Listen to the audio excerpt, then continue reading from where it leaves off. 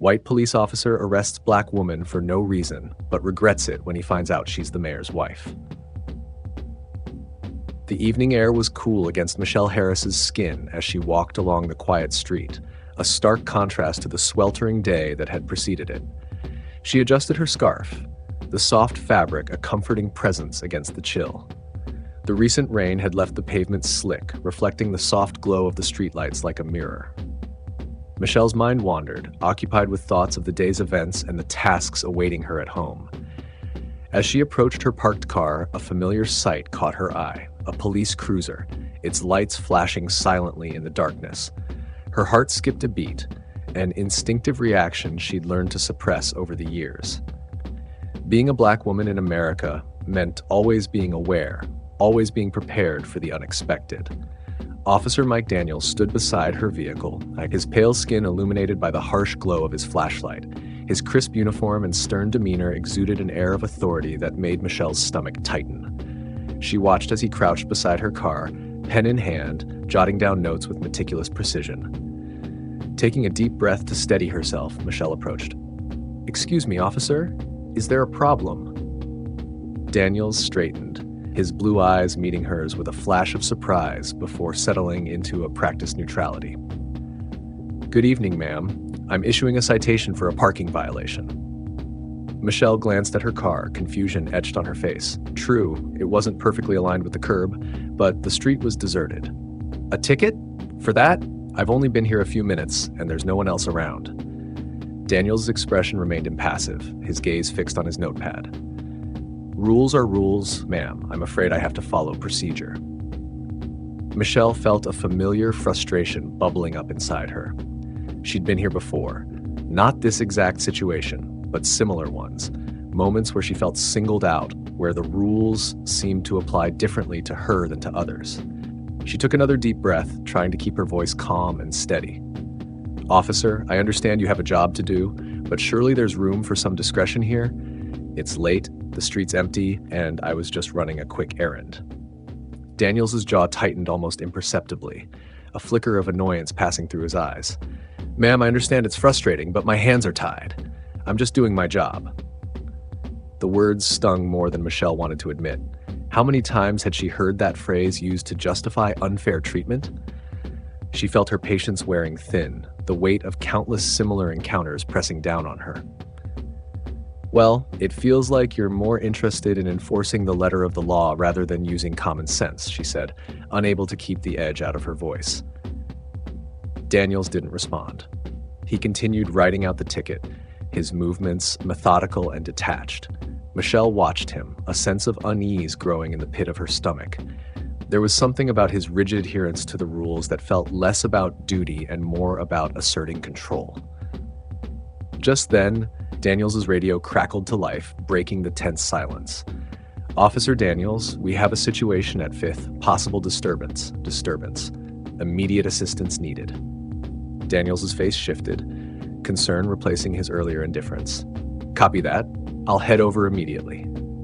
He quickly finished the ticket, handing it to Michelle with a terse nod before turning back to his cruiser.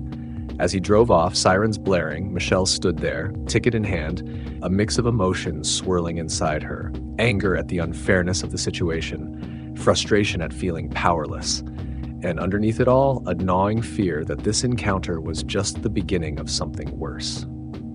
She glanced down at the ticket, the official letterhead stark against the white paper. It seemed to symbolize more than just a parking violation. It was a reminder of the subtle inequalities she faced every day, the constant struggle to be seen as equal in a world that often seemed determined to treat her as less. With a heavy sigh, Michelle unlocked her car and slid into the driver's seat. As she sat there, hands gripping the steering wheel, she couldn't shake the feeling that this night was far from over.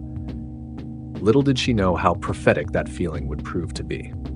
Michelle Harris had barely shaken off the discomfort from her encounter with Officer Daniels when her phone buzzed. Glancing at the screen, she saw a message from her husband, David.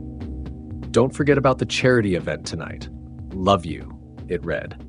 She sighed, slipping the phone back into her coat pocket. The weight of her day hung heavily on her, and all she wanted was a quiet evening at home. She opened the car door, tossed her purse onto the passenger seat, and had just begun to adjust her mirrors when she heard it. The sudden, shrill sound of a police siren approaching fast.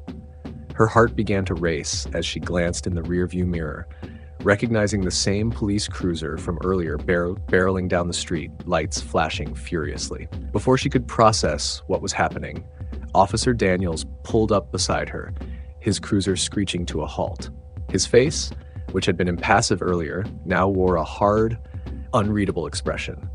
Michelle's pulse quickened. What now? She hadn't moved her car an inch since the ticket. Daniels stepped out, his hand resting near his holstered gun as he approached her window.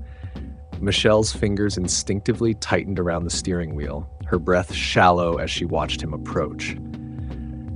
The tension in the air was palpable, and for the first time that night, genuine fear began to creep up her spine. "Ma'am, I need you to step out of the vehicle," Daniels said, his voice flat and devoid of emotion. Michelle's heart raced. "Why? I've done nothing wrong." Daniels's gaze was unyielding. "Step out of the car, ma'am. I won't ask again." Panic surged within her. What had started as a simple ticket was spiraling into something far more ominous. "Officer, this is a mistake. I'm not involved in any—" "Ma'am," Daniels interrupted, his tone sharp, "I'm giving you a direct order. Exit the vehicle now." Michelle felt her throat tighten. Her thoughts scrambled, trying to make sense of what was happening. She had lived in Maplewood for years. She was known in the community. How could this be happening to me? The stern, almost mechanical look in Daniels' eyes terrified her. This wasn't the same minor inconvenience she'd experienced earlier. This felt like something far more personal. Reluctantly, she unbuckled her seatbelt and opened the car door.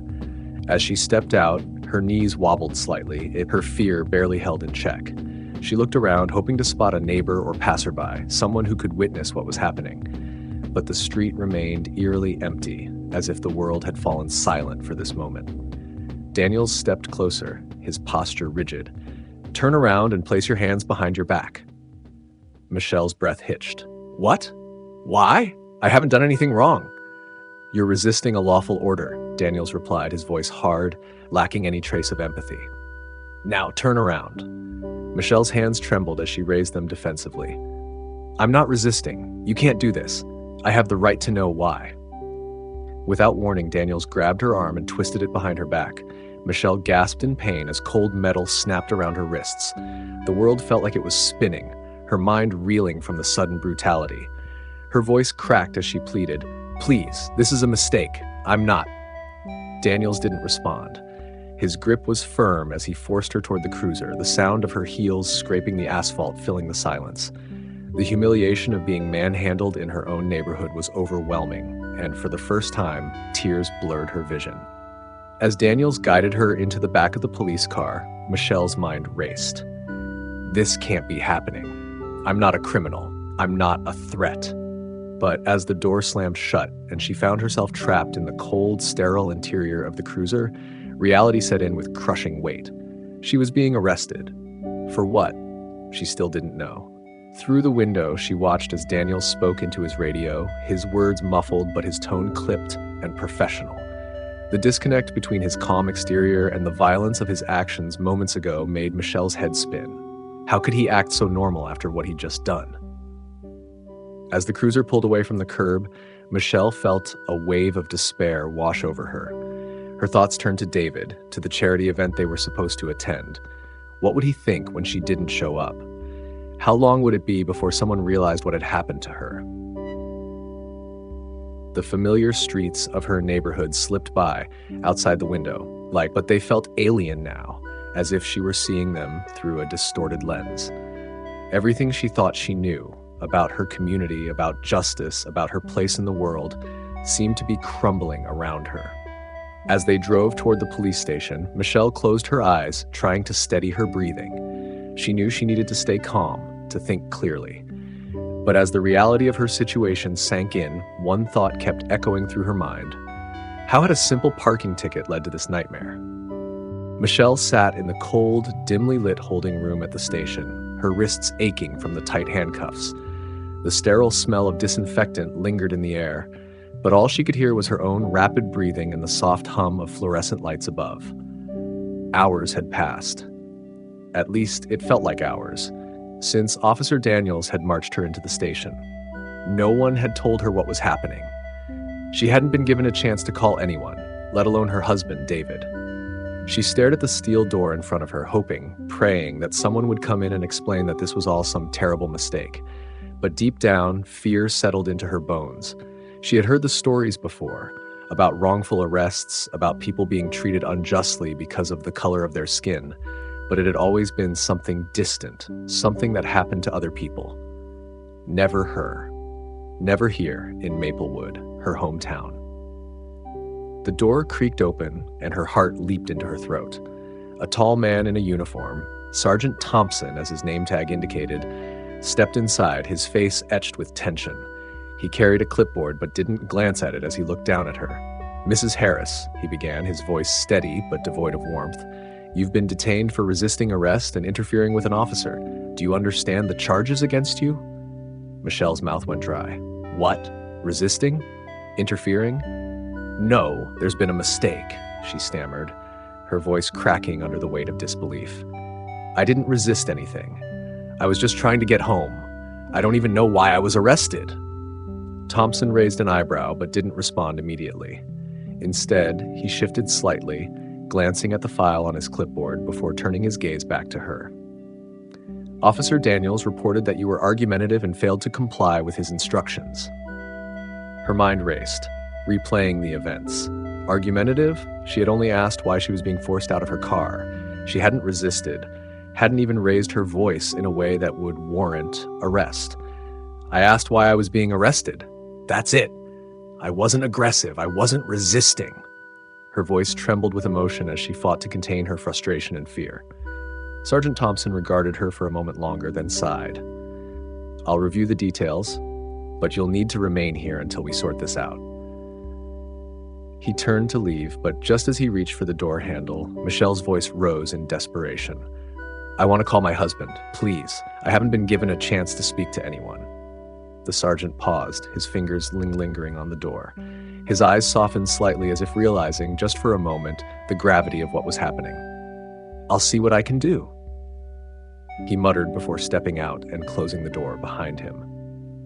The sound of the door latching echoed in the small room, leaving Michelle alone again. The brief flicker of hope that she might get to call David began to fade as the minutes stretched on. She slumped back in her chair, rubbing her wrists where the cuffs had chafed her skin. Suddenly, the door swung open again, and this time Officer Daniels walked in. His expression was tense, his usual air of confident authority now laced with something else, something Michelle couldn't quite place. He stood there for a moment, not speaking, as if debating whether to enter fully or stay near the door. "Mrs. Harris," Daniels began, his voice noticeably softer than before. "There's been a development." Michelle straightened in her seat, her heart pounding in her chest. She didn't respond, waiting for him to continue. Daniels cleared his throat, seeming more uncomfortable than she'd ever seen him. "It's come to our attention that your husband is Mayor David Harris." The words hung in the air for a moment, and Michelle could see the shift in Daniel's demeanor. He wasn't the same overconfident officer who had arrested her earlier. His shoulders slumped slightly, and his eyes flickered with something that almost resembled panic. "That shouldn't matter," Michelle said, her voice icy. "I should never have been treated like this, mayor's wife or not." Daniels flinched at her words, guilt creeping into his expression. "I didn't know," he admitted, his voice quiet, almost pleading. "When I pulled you over, I didn't know who you were."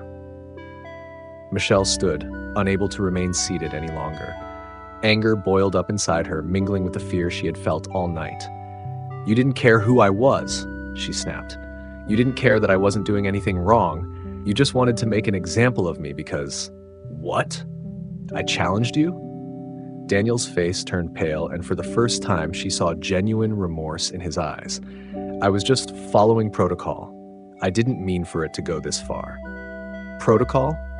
Michelle shook her head in disbelief. "I was a black woman alone at night, and you didn't think twice about what that meant, did you? You didn't think about how your actions would be perceived. You didn't even question whether what you were doing was right." Before Daniels could respond, the door burst open. David Harris, Michelle's husband and the mayor of Maplewood, stormed in. his face a mask of fury and concern. His dark skin was flushed with anger, his usually impeccable suit rumpled from what must have been a frantic rush to the station. "Michelle!" he exclaimed, rushing to her side. He turned to Daniels, his eyes blazing. "What the hell is going on here? Why is my wife in handcuffs?" The room fell silent, the weight of the moment pressing down on everyone present. Michelle looked from her husband to Officer Daniels, realizing that this confrontation was just the beginning of a long and difficult journey toward justice and change. The tension in the small room was palpable as David Harris, his face etched with a mixture of anger and concern, stood protectively next to his wife. Michelle felt a wave of relief wash over her at his presence, but the fear and humiliation of the night's events still clung to her like a heavy shroud.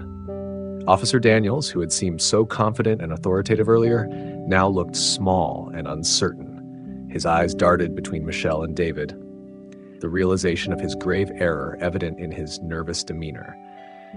"I asked you a question," David said, his voice low and dangerous. "Why is my wife in handcuffs?" Daniels swallowed hard, his Adam's apple bobbing visibly. "Mr. Mayor, sir, there's been a misunderstanding."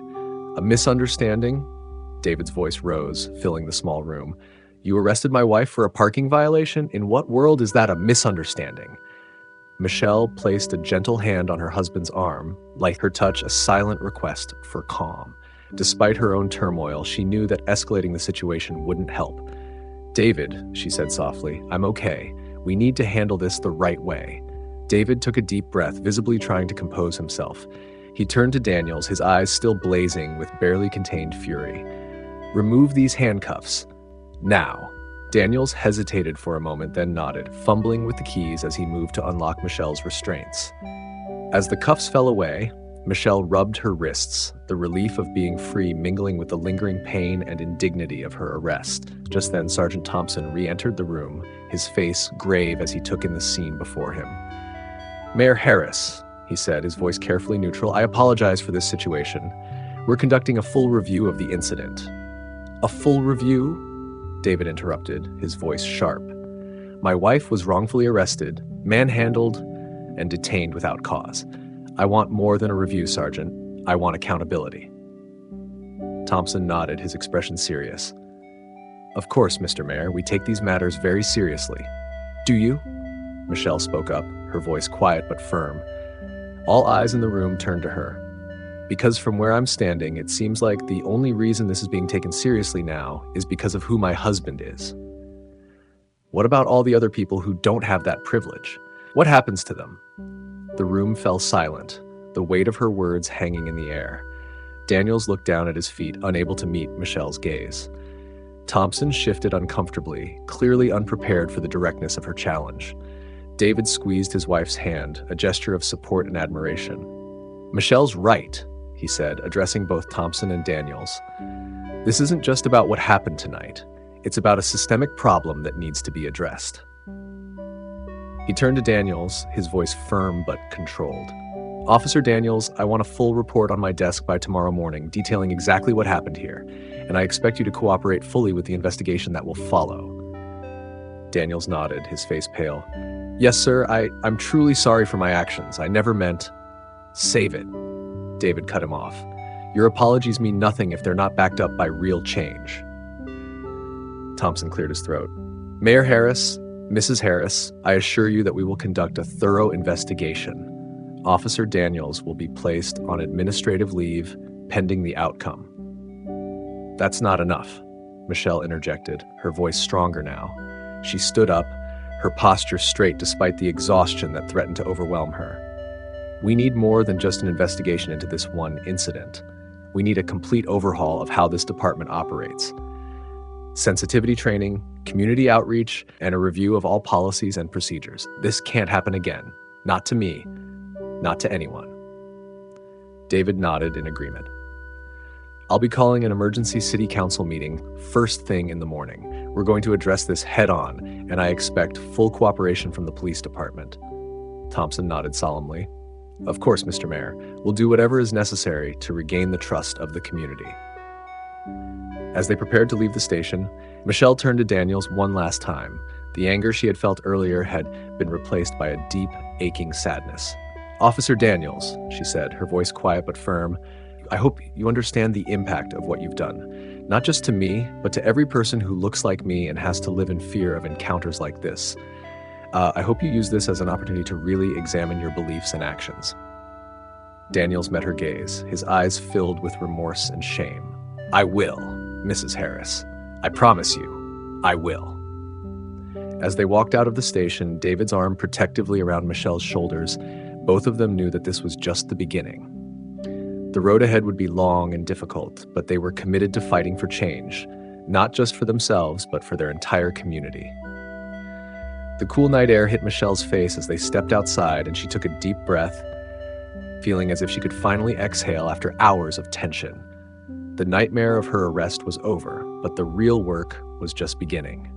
As they drove home in silence, both Michelle and David knew that tomorrow would bring new challenges, but also new opportunities to make a real difference in their city.